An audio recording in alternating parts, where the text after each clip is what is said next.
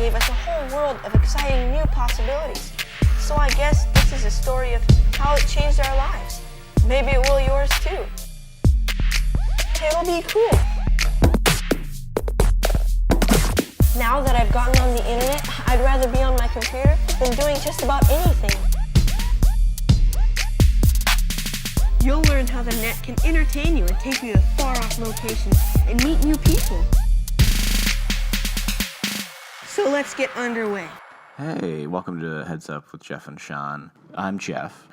Today's a very special episode. It's episode 1 of our sub-series, Kyle's Cut. In Kyle's Cut, we're going to talk about the previous week's episode, maybe have some bonus content. Now, some of you may be asking, why have a sub-series? Why talk about the previous week's episode at all? I mean, we're assuming that if you're listening to this podcast that you've heard the previous week's episode. Well, the reason we're doing it is that Kyle, from the first segment in Heads Up, has told us that he does not listen to our podcast, and the only reason he gives is that it is too long. He believes the ideal length for a podcast should be under 30 minutes, so he just does not listen to our podcast. So the goal of this sub-series is to make a podcast that will fit within the length of Kyle's ideal time frame for a podcast, and so that we can get Kyle to actually listen to our podcast. So from here on out and through this sub-series run, I will be referring to the audience as Kyle, because this is who this is made for, designed for. If you're not Kyle, you're welcome to continue to listen to it, but our main focus here is to get Kyle to listen to our podcast. So Kyle, last week on the podcast, we talked about you for a little bit, and your social media presence, or lack thereof. You're really not pushing out a lot of content. If you're not okay, get in touch with me. We can talk about it. I just want you to feel better. If you don't feel good, if you feel good, please keep doing what you're doing. But also, we're going to need you to step it up because we need material for the podcast. You got to push that stuff out so we have stuff to talk about to start our podcast. You've got to do it. You just got to do it. But after your segment, we moved to New Year's resolutions for a little bit. We talked about Ryan Seacrest. Is he a vampire? Get back to me on that. Text me if you think Ryan Seacrest is a vampire. He's still got about 2 weeks to respond to let us know that he's not a vampire.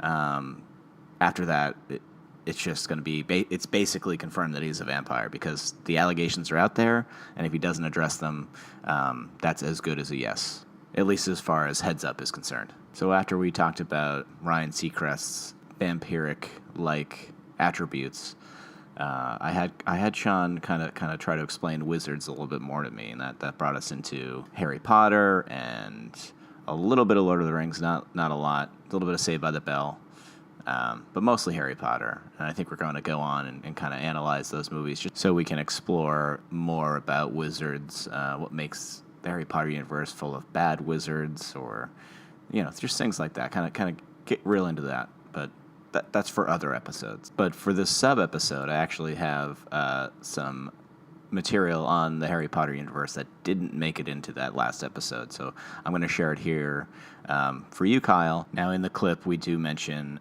Santa Claus and his reindeer, which was brought up during the Christmas episode, just so that you know that it doesn't come out of nowhere since you don't listen to our podcast. It's a callback to the Christmas episode. So here's that bonus material. Sean, if we were to put you in one of the what are they called? What is Hufflepuff and Slytherin? Houses. Which house would you be Slytherin. in? Really? Actually, I had a discussion about this at work within the past few months, and my response was also immediately Slytherin. Now, what is it about Slytherin that you think you'd be? They're intelligent. I'm a smart dude. They don't shake your head. I won't argue. Don't shake your head. They're evil. Yeah, I get behind that. Self-serving, power hungry, cruel. Mm-hmm. They make good villains. They probably have cool sayings like "You won't live to regret this" when somebody crosses them. That's always a good one. Well, what house would you put me in? I mean, because you seem to know. So okay, let's. Do you know the 4 houses and what they stand for?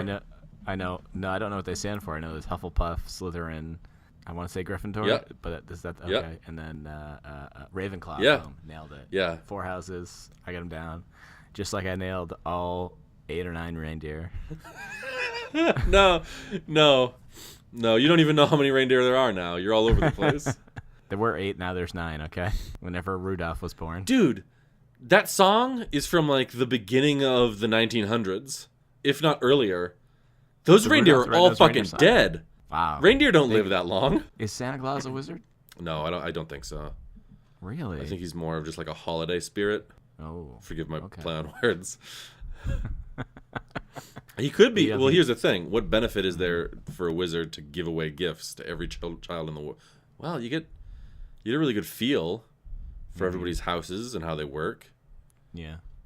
I guess maybe he could use the adoration of small children to power some sort of spell. Perhaps his immortality. Yeah. But you don't think he's using any of that to keep the reindeer alive? No. You think we're on like Donder number 27? Is that? I think at this point he's cut out the names. He's just numbering them.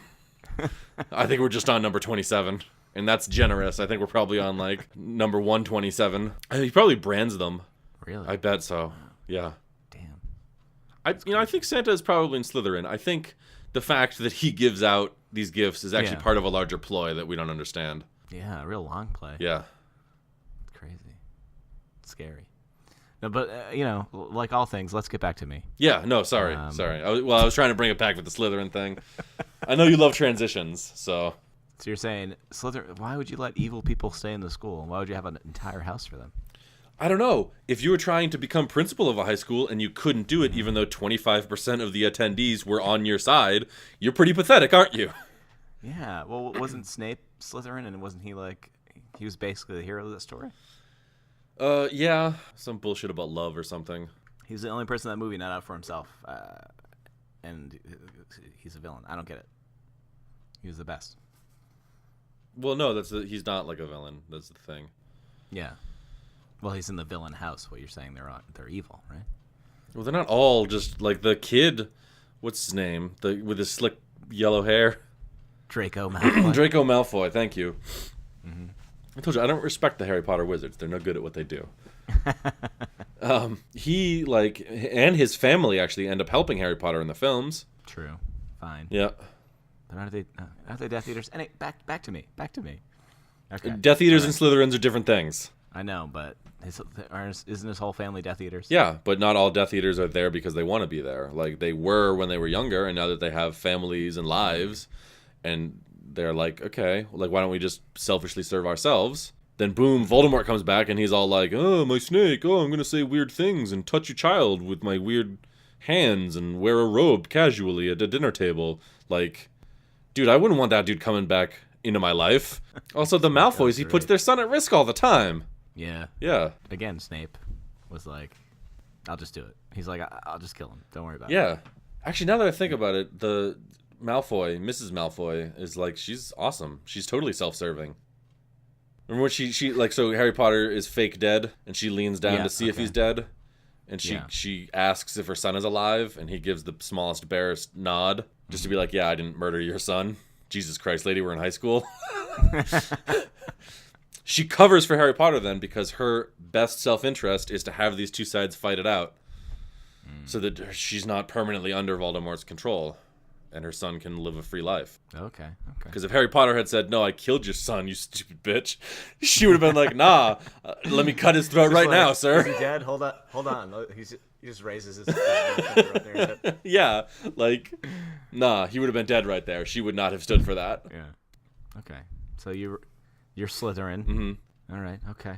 All right. And they're Gryffindor's like Not the hero evil. house. ugh. Bravery and all that nonsense. Like, I Yeah. imagine that they just die in droves. Bravery and stupidity. Well, they go hand in hand, yes. I think Hufflepuff is generally like the stoner house. They're the laid-back, cool dudes. Is that their thing? Who in the movie was Hufflepuff that I would know? I don't remember. I don't know anything about Hufflepuff or really Ravenclaw. I wouldn't be Slytherin, is what you're saying. It's No, you wouldn't be Slytherin. No. No. Was the first thing I said intelligent? Of course you wouldn't be Slytherin. So Hufflepuffs value. I'm sorry, I'm on the Pottermore website now. I just wanted to read to everybody from the Pottermore website. Yeah. Today's episode brought to you by Pottermore.com. By J.K. Rowling. Tap the Rockies. That's 1/3 of our Yeah, audience. this is actually pretty fiercely defended intellectual property. So maybe don't do things like that. Hufflepuffs value hard work, patience, loyalty, and fair play. So they sound like assholes. Yeah. Ravenclaws prize wit, learning, and wisdom. Okay, so they're I don't think I'm getting into Hogwarts. well. Let's. I'm just gonna double check on Slytherin and Gryffindor. Looks like I'm going to be in a shed next to Hagrid. Yeah, you're in housekeeper. You're a groundskeeper house. Slytherin produces more than its share of dark wizards. Okay, maybe just not start out that way. Maybe list the qualities of the house like every. This is why Slytherin is discriminated against. Okay, just because our symbol is a snake, and nobody trusts snakes. Slytherin turns out leaders. Number one, leaders who are proud, ambitious, and cunning. Oh. Just like the noble serpent. And Gryffindor is... Gryffindor is the house which most values the virtues of courage, bravery, and determination. So, Yeah, I'm not making it in. idiots. You could be a Hufflepuff, why not? What is a Hufflepuff? Hard work, patience, loyalty, and fair play. Hard work, patience. I have patience and loyalty. And if you enjoy fair play, because it means people haven't Yeah, stacked the deck against you. When it benefits me, absolutely. Well, see, you just twist it. You say fair play benefits everybody. All right, fine. That'd be Hufflepuff. It's just the worst sounding name Yeah. for these people. It sounds like a terrible. Ravenclaw, you get the bird and a claw. You get a snake with Slytherin. Whatever that other one was we said that I nailed earlier. Gryffindor. Gryffindor. Look at that. That's a mystical beast. Well, what the fuck is a Hufflepuff? Sounds they're not. sounds like a Pokemon. They're not that mystical. sleeps a None of lot. them are mystical beasts. None of them are mystical beasts. These are the names of people from the Harry Potter universe Really? that founded the house. Yeah. So like Ravenclaw was founded by, it says right here, Rowena Ravenclaw. Okay. So there was like a Peter Gryffindor who like founded the Gryffindor house. I don't know if that was really his name. Probably not. So there could be more houses then, right? I mean, Well, I think at different schools there's Over different time. houses. Yeah. yeah. All right. I'll have to watch Fantastical Beasts and see if there's a high school there that I fit into in my 30s. Hey, what's up, kids? I always say it's never too late to start learning. So. Well, here's the other thing about the Harry Potter universe I don't like. We never hear about wizard colleges. Yeah. Does learning stop at 18 Yeah. or when you kill your nemesis? It's 18 or when you murder the dark wizard who killed your parents. You either hit what they consider the age of adulthood or you perform a revenge killing.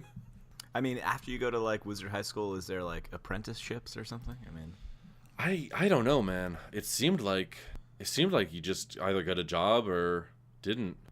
How are they not all wealthy? Why don't you just marry rich? Use magic to marry rich, and then I don't know. It doesn't. I don't know. These wizards don't make sense to me. yeah. There's so much that J.K. Rowling has not said about wizards that just needs to be answered. So much. You think she's worried she's worried she's gonna be like George Lucas, where like she'll start expanding in the universe in books and stuff, and that people will just start to hate her. Yeah, I don't. She's like a millionaire, so I don't think she's super worried about it. Yeah, I suppose you're right. Cedric Diggory. You remember him? Whoa. You remember him? God. No, which one is he? He is the one I think who dies in the fourth movie during the competition. Oh, one of the kids. Yeah, Barely remember him. yeah. He's Hufflepuff. Oh, I'm gonna rewatch Goblet of Fire. We got to rewatch him in order. Come on, Oh, okay. All right. come on. We'll rewatch them in order, and we'll make it happen. All right. Anybody who's Hufflepuff that doesn't die? Ugh. I guess it's not important. Okay. I'll read all the fan fiction about Hufflepuff, and I'll get real excited about being in Hufflepuff. Nymphadora Tonks. These people that write books are aware that people can have regular names. These right? are wizards, man. Wizards ain't got real names. Oh no! Oh, she died too. Everybody in Hufflepuff just dies. No, well, I mean, maybe. What about that? What about that other kid that? Fuck. What was his name? But he could have been Harry Potter as well or something like. Oh yeah. I don't know what's his name. face? I don't know his name. Was he Hufflepuff? Was he Hufflepuff? Yeah, I don't think so. He's probably Ravenclaw. He was probably Gryffindor. Really? Fuck. Yeah, he was, wasn't he? Because he was the one when they were sneaking out. He stood up to them. Yeah. And that got them, like, Dumbledore, who was just like, fuck it, we'll give that kid points. Wait, so Ron and Hermione were all in Gryffindor? Is that how that works? Yeah. Because then you were housed that way? Yeah. Because they're houses? Yeah. All right. Yeah, what's the deal here? All right. No, cool. Slughorn. Slughorn is his name? That was the guy's name. I just saw it on the Slytherin profile that I'm looking at instead of properly paying attention to the podcast we're recording. And so he was Slytherin. Yeah. Oh, yeah. Slughorn was Slytherin. So fat and evil. Let me just go ahead and close down Pottermore so I don't fall down this hole. Wow. And to think that could have been lost forever if we had not started the sub-series to get you to listen to us, Kyle. I guess in a way I should thank you. In other ways I shouldn't. But there it is, yeah. And imagine how much better these episodes are going to be when we have Sean here, too. It's going to be amazing. So that's it. This is the end of Kyle's Cut, Episode 1, the sub-series to Heads Up with Jeff and Sean. And it comes in well under the 30-minute mark. So, Kyle, you have no excuse not to listen to this episode. Toodles. Take a spin, now you're in with the techno set. You're going surfing on the internet.